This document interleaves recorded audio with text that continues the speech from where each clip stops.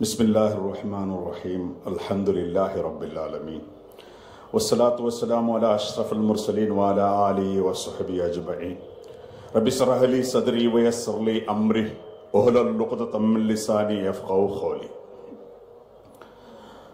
All India Muslim Personal Law Board के जानिब से मुनक़िद किया हुआ सेव वक्फ सेव कॉन्स्टिट्यूशन का इस प्रोग्राम का मेन ऑर्गेनाइज़र हाफिज सैयद मोहम्मद अली हुसैनी साहब सज्जाद नशीन दरगाह हज़रत ख्वाजा बंदे नवाज रहमतुल्लाह अलैहि गुलबर्गा और इस प्रोग्राम का सदर मुअज़्ज़िज़ हज़रत मौलाना खालिद सैफुल्लाह रहमानी साहब, स्टेज पे तशरीफ़ फरमा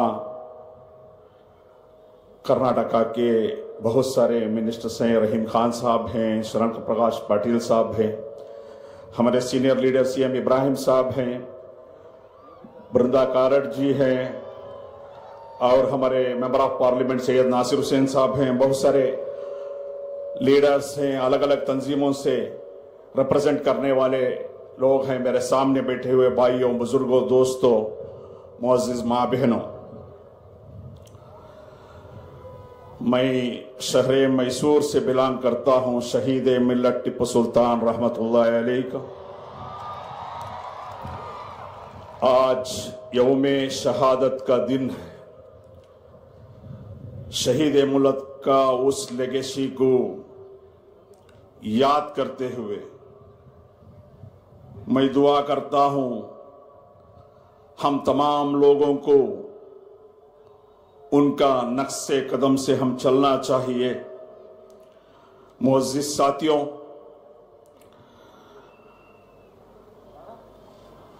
बहुत सारी बात इधर आ चुकी है, ज्यादा वक्त नहीं लेते हुए पर्टिकुलरली कर्नाटक में कन्नड़ा मीडिया में बैठकर बहुत सारे जो मीडिया का पंडित पूछते हैं कि आप मुसलमान इस वक्फ बिल को क्यों अपोज करते हैं।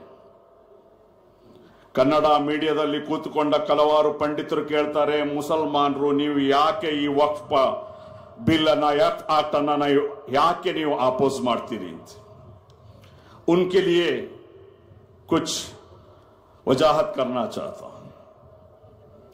20 ಕೋಟಿ ಇರುವ ಮುಸಲ್ಮಾನರು ಭಾರತದಲ್ಲಿ 20 ಕೋಟಿ ಮುಸಲ್ಮಾನರನ್ನ ರೆಪ್ರೆಸೆಂಟ್ ಮಾಡುವ ಯಾವುದೇ ಮೆಂಬರ್ ಆಫ್ ಪಾರ್ಲಿಮೆಂಟ್, ಯಾವುದೇ ಮೆಂಬರ್ ಆಫ್ ಲೆಜಿಸ್ಲೇಟಿವ್ ಅಸೆಂಬ್ಲಿ, ಮುಸಲ್ಮಾನರನ್ನ ರೆಪ್ರೆಸೆಂಟ್ ಮಾಡುವ All India Muslim Council, All India Muslim Personal Law Board ಇರಬಹುದು, ಮಿಲ್ಲಿ ಕೌನ್ಸಿಲ್ ಇರಬಹುದು, ಜಮಿಯತ್ ಉಲಮಾ ಹಿಂದ್ ಇರಬಹುದು, ಅಂದ್ರೆ ಈ ದೇಶದ ಮುಸಲ್ಮಾನರನ್ನ ರೆಪ್ರೆಸೆಂಟ್ ಮಾಡುವ ಯಾವುದೇ ಸಂಘಟನೆ ಆಗಲಿ, ಯಾವುದೇ ಪೊಲಿಟಿಕಲ್ ಪಾರ್ಟಿ ಆಗಲಿ ಒಬ್ಬರು ಕೂಡ ಈ ಸರ್ಕಾರಕ್ಕೆ ಕೇಳಲಿಲ್ಲ ಈ ವಕ್ಫ್ ಅಮೆಂಡ್ಮೆಂಟ್ ಬಿಲ್ ಅನ್ನ ತನ್ನಿ ಅಂತೇಳಿ ಯಾರು ಕೂಡ ಒಂದು अर्जी ಹಾಕಲಿಲ್ಲ। 20 करोड़ मुसलमानों को रिप्रेजेंट करने वाले कोई भी एक सेक्स, कोई भी एक रिप्रेजेंटेटिव, कोई एक तंजीम, कोई भी एक पॉलिटिकल पार्टी इन हुकूमत को नहीं पूछा ये बिल लाओ, अमेंडमेंट लाओ। जोर जबरदस्ती से इस कम्युनिटी का ऊपर ये तोपा जा रहा है, याद रखना हम लोग। इसलिए ಆ ಕಾರಣಕ್ಕೆ ನಾವು ಇದನ್ನ ವಿರೋಧಿಸ್ತಾ ಇದ್ದೇವೆ। ಇಂಡಿಯನ್ ಪಾರ್ಲಿಮೆಂಟರಿ ಸಿಸ್ಟಮ್ ನಲ್ಲಿ, ಇಂಡಿಯನ್ ಡೆಮಾಕ್ರಸಿ ಸಿಸ್ಟಮ್ ನಲ್ಲಿ ಯಾವುದೇ ಕಾನೂನನ್ನ ಪಾರ್ಲಿಮೆಂಟ್ ಅಸೆಂಬ್ಲಿ ತರಬೇಕಾದ್ರೆ ಅದಕ್ಕೆ ಸಂಬಂಧಪಟ್ಟ ಬೆನಿಫಿಷಿಯರಿ ಯಾರಿದ್ದಾರೆ ಅವರು ಡಿಮಾಂಡ್ ಇರಬೇಕು, ಅವರು ಹೋರಾಟ ಮಾಡಬೇಕು, ಅವರ ಮನವಿಯನ್ನು ಸಲ್ಲಿಸಬೇಕು।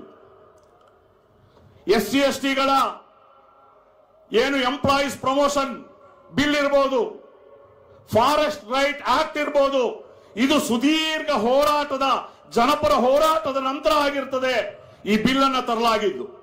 ಯಾವುದೇ ಒಬ್ಬ ಮುಸಲ್ಮಾನ ಕೇಳದ ಒಂದು ಬಿಲ್ ಅನ್ನ ಇವರು ಏನು ಜಬರ್ದಸ್ತಿಯಾಗಿ ತರ್ತಾ ಇದ್ದಾರೆ ಅನ್ನುವಂತ ಕಾರಣಕ್ಕೆ ಭಾರತೀಯ ಮುಸಲ್ಮಾನರು, we the people of India ಇದನ್ನ ವಿರೋಧಿಸ್ತೇವೆ ಅನ್ನುವಂತ ಮಾತನ್ನ ಈ ಮೀಡಿಯಾದಲ್ಲಿ ಕುಳಿತು ಮಾತನಾಡುವಂತ ಅವರಿಗೆ ನಾನು ಹೇಳಲಿಕ್ಕೆ ಇಚ್ಛೆ ಪಡ್ತೇನೆ। ಇನ್ನು ಈ एक्ट अन्न ನಾವು ವಿರೋಧಿಸೋದು, इस एक्ट को हम इसलिए मुखालिफ करते हैं कि ये इंडियन कॉन्स्टिट्यूशन का खिलाफ है।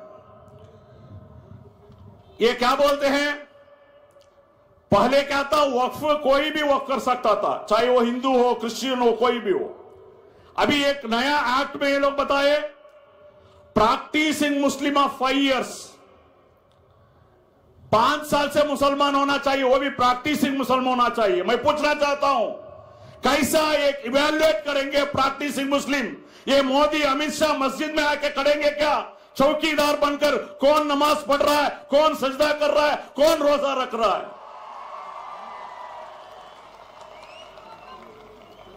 ये जो है, ये वायलेशन ऑफ आर्टिकल 14 and 15 है। ಆರ್ಟಿಕಲ್ 14 ಮತ್ತು 15ರ ಸ್ಪಷ್ಟ ಉಲ್ಲಂಘನೆ ಆದ ಕಾರಣ ಈ ಆಕ್ಟ್ ಅನ್ನು ಭಾರತೀಯರಾದ ನಾವು ವಿರೋಧಿಸುತ್ತಿದ್ದೇವೆ। ಮೀಡಿಯಾ ಚಾನೆಲ್ ಅಲ್ಲಿ ಮುಸಲ್ಮಾನರು ಯಾಕೆ ವಿರೋಧಿಸ್ತಾರೆ ಅಂತ ಕೇಳುವ ಅವರಿಗೆ ನನ್ನ ಉತ್ತರವನ್ನು ನಾನು ಹೇಳ್ತಾ ಇದ್ದೇನೆ।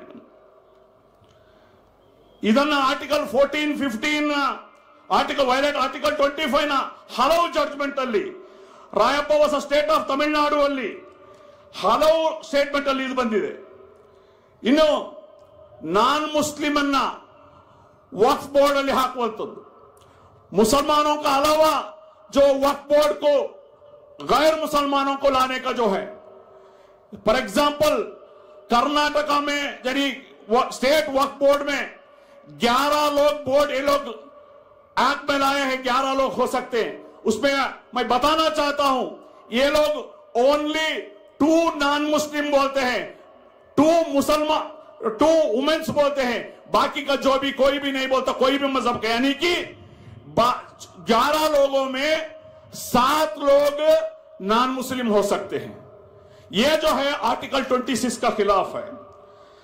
तीसरा, जो Waqf limitation act, actually religious purpose के लिए दिया हुआ कोई भी प्रॉपर्टी लिमिटेशन एक्ट ला नहीं सकता, लागू नहीं होता। इधर क्या किए ये लोग, 12 साल अगर कोई भी वक्फ को लूट कर है, पकड़ कर है, वो जमीन अगर 12 साल से उसका कब्जे में है, वो उसको हो जाएगा।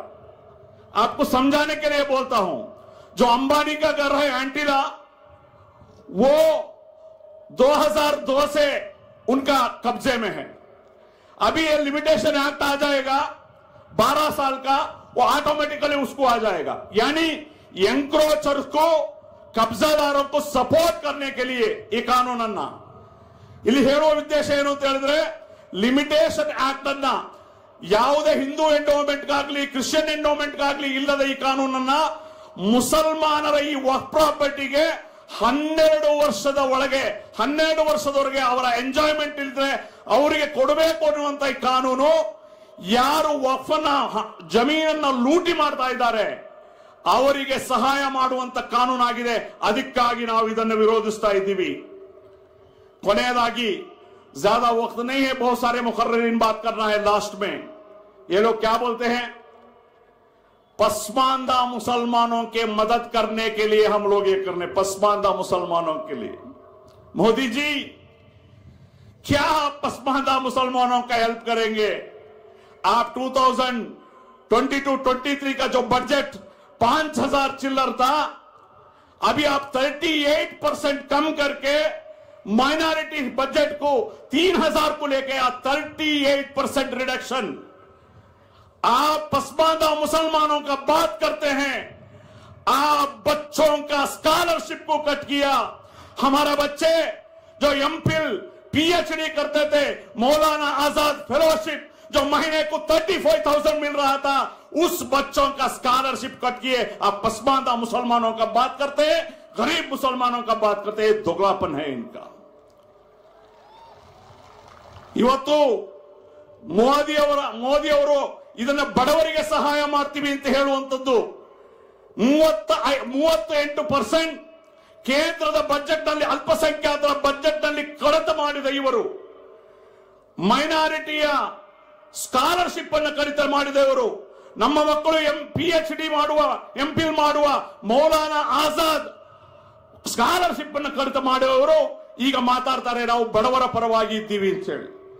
मोअज़्ज़िज़ साथियों, ये जो वक्फ अमेंडमेंट एक्ट आया है, हम क्या करना है, ये बहुत अहम मुद्दा है. बहुत सारे गांवों को, बहुत सारे इस मूवमेंट को लेके हम जाते हैं. बहुत सारे लोग पूछते हैं क्या फायदा है हम लोग को वक्फ से.